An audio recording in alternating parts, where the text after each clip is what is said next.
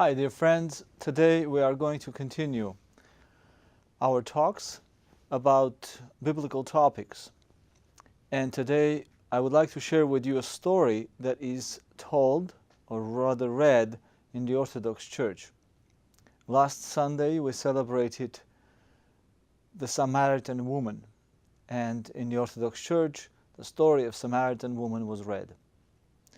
Just to give you a little bit overview what the story tells us about, it is about Jesus talking to this woman who was not a Jew at the well where she came to draw some water. This story is very outstanding in the whole context of the New Testament, or rather in the Gospels, where Christ goes around and deals with his own nation, his own people. He goes and heals them, he goes and gives them the knowledge and the faith that they needed to believe in him. In this story, he kind of goes out of that general context. He is traveling through a foreign land. Just to give you a little background, these people, Samaritans, were strangers, foreigners who had been converted into Judaism because Jews had been captivated by them perhaps the hundreds of years before this.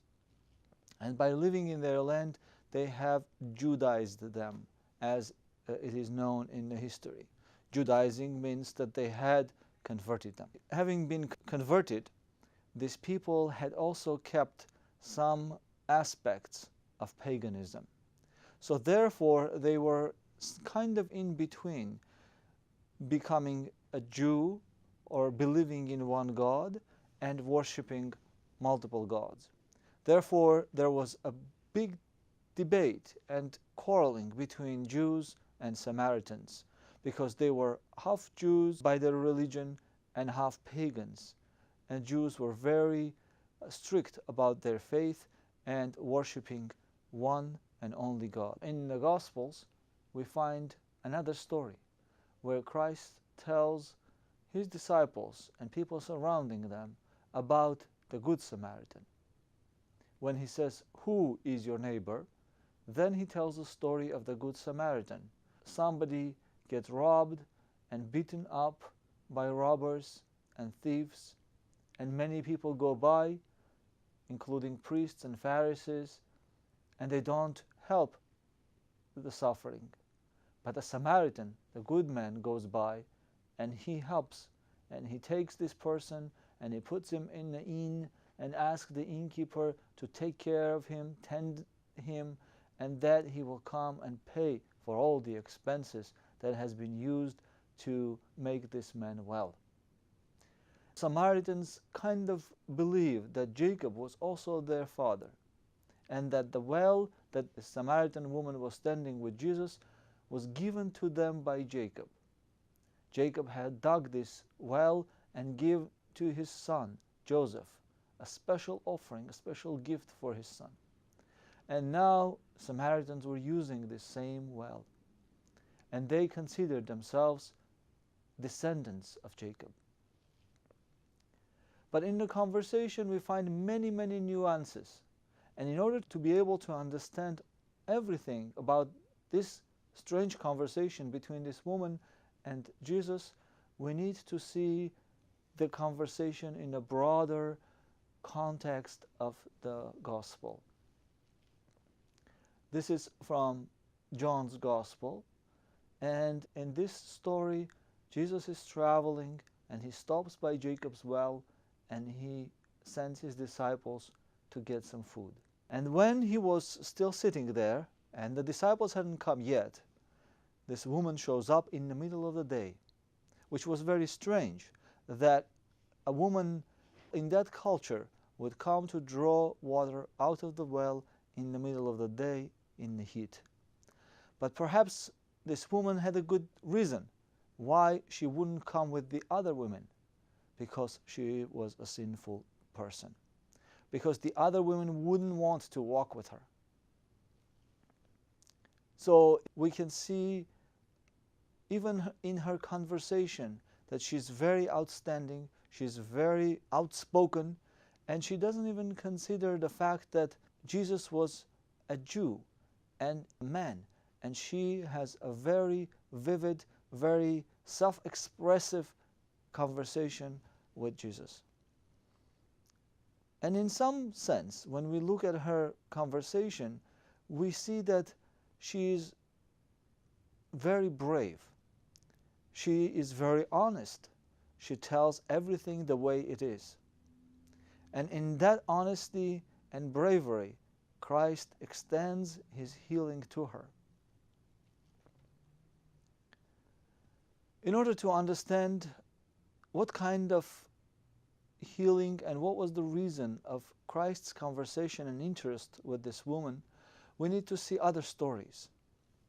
Right after this story, we have this nobleman coming to Christ and asking Him to heal his son. And Christ says, "Go, your son has been healed."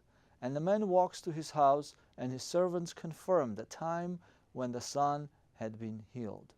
But what's interesting in the story is that this nobleman says, "Lord, heal my son. Come and heal my son, otherwise he will die." So death is the central aspect of this story. Death is what Christ is here to save people from. But there are different kinds of deaths. And just to pause for 1 second here, hold on to this thought that Jesus came to save humanity from death. And then there are different kinds of deaths. Let's go to another story.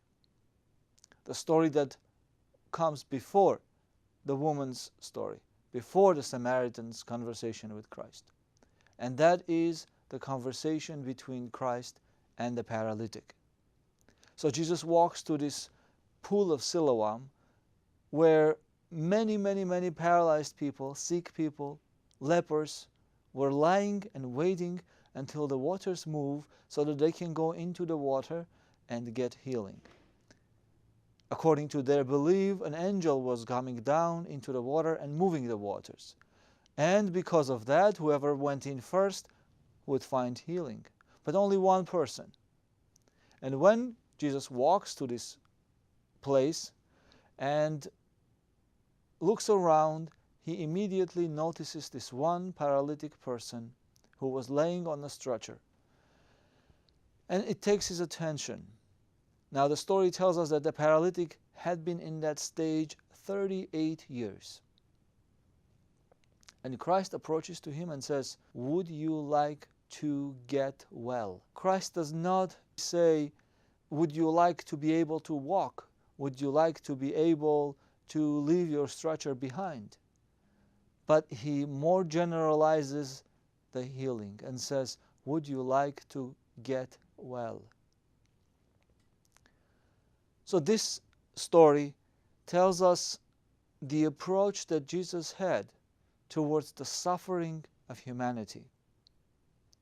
In the previous story, the nobleman comes and asks him to give life to his son, because his son was at the edge of dying. He was at the edge of crossing from this life to the grave.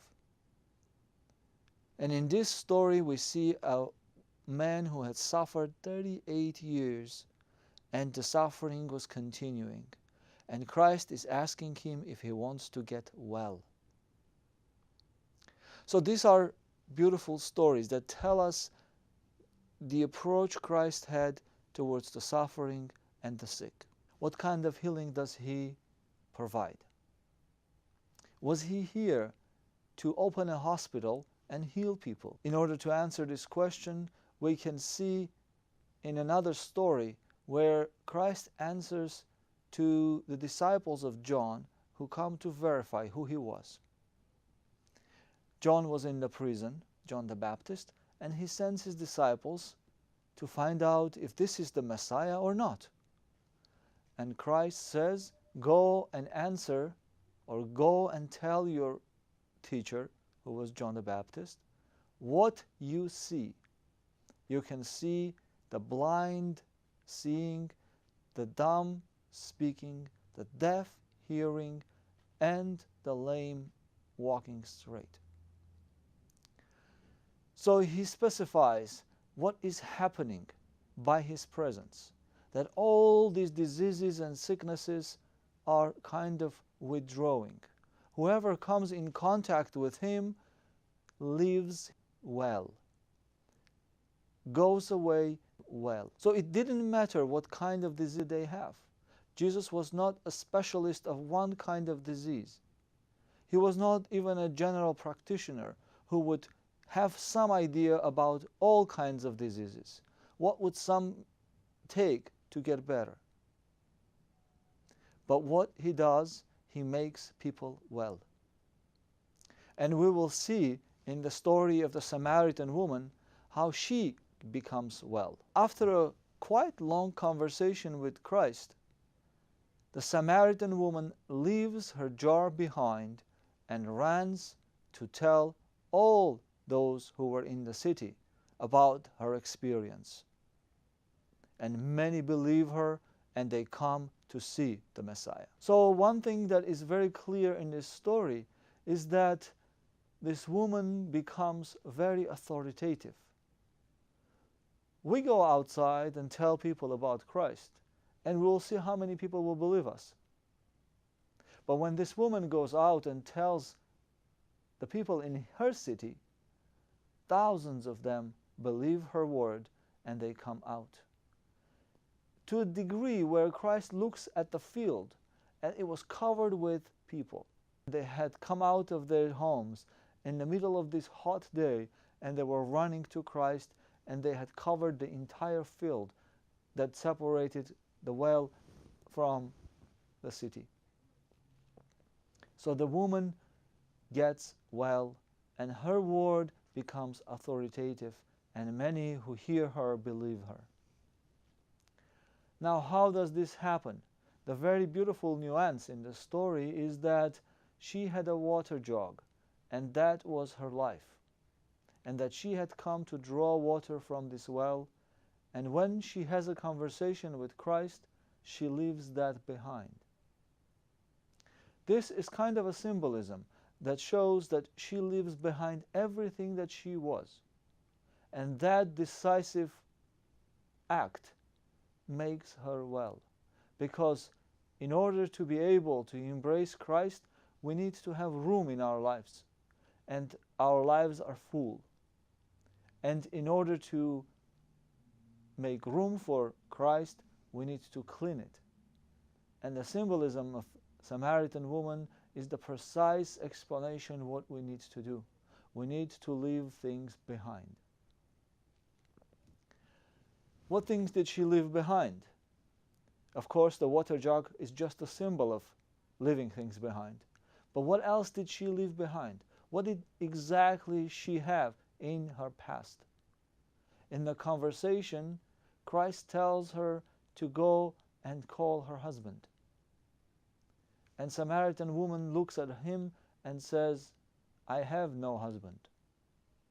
And Christ, precisely, perhaps staring into her eyes, says, you have said the truth, because you have had 5 husbands, and the one that you live with is not your husband. And this was probably the breaking point in the woman's life.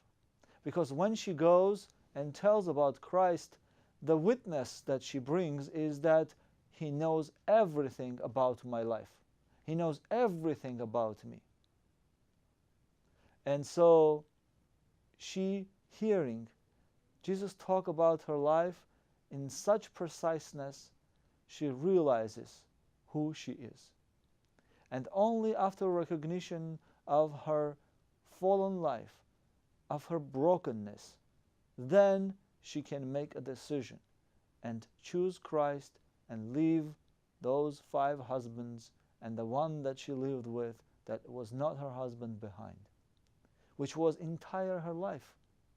It means that she was never able to find the truth, that she was going from one thing to another. If she had gone through 5 husbands, I can only imagine how many other things she had switched. She had gone from one thing to another, trying one thing and then going to the other.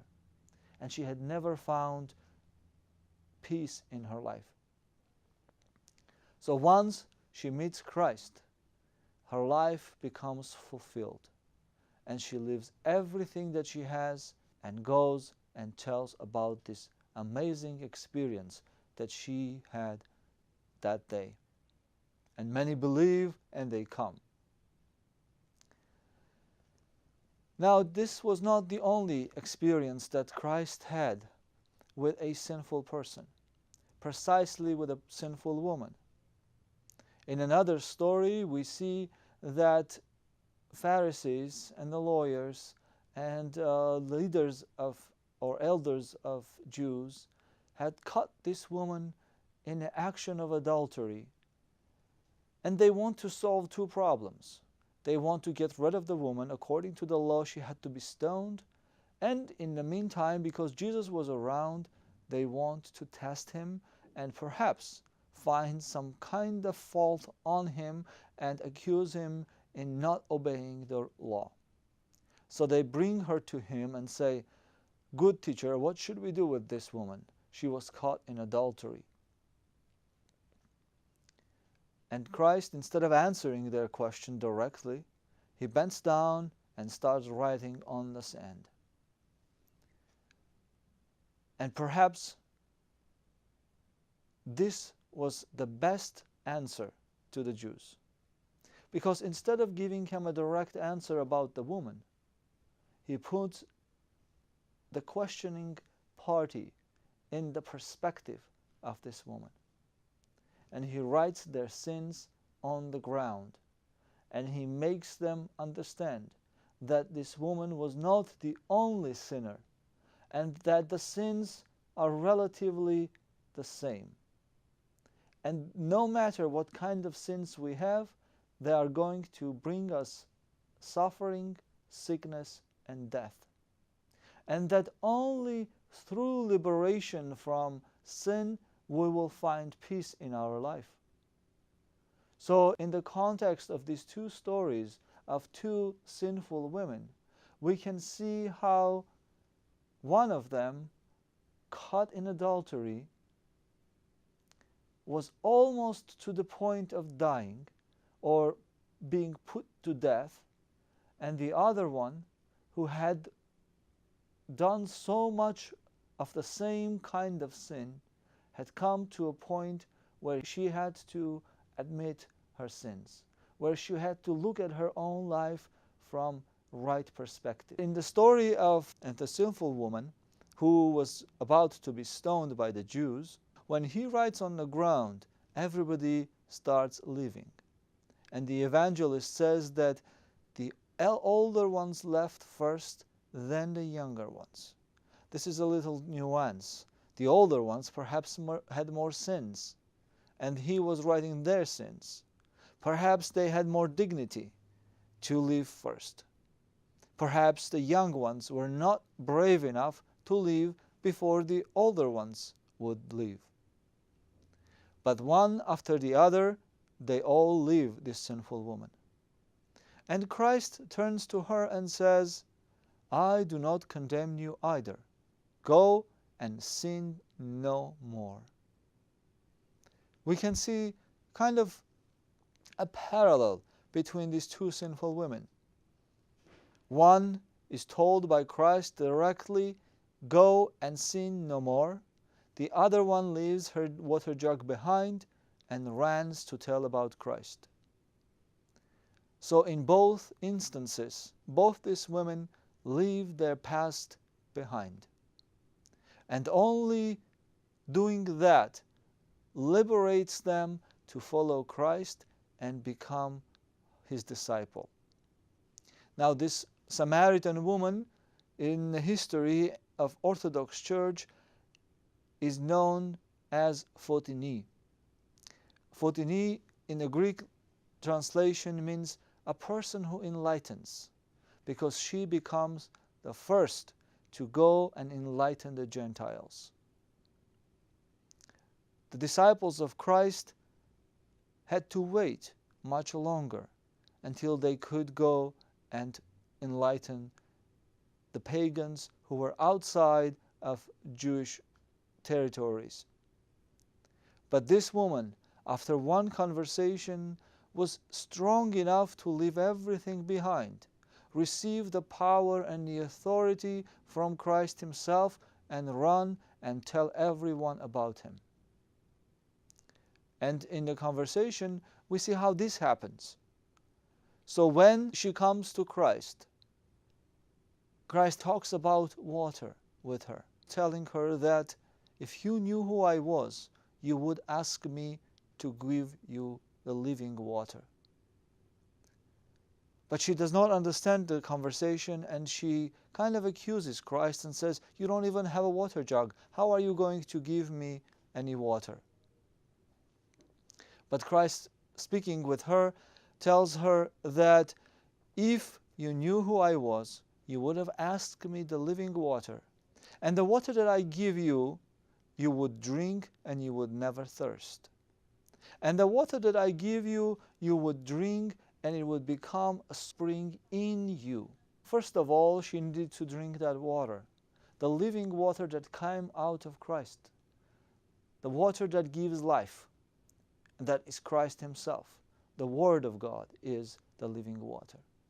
And after she drank that water, after she attended and she heard and she spoke with Christ, and she left her past behind, she became the well of water, that spring of water that went out and quenched the thirst of thousands.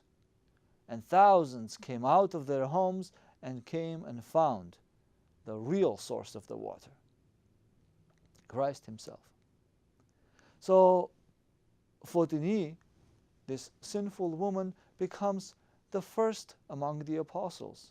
She goes and tells Gentiles, pagans, which in this case were half pagan, half Jewish, Samaritans, about Christ.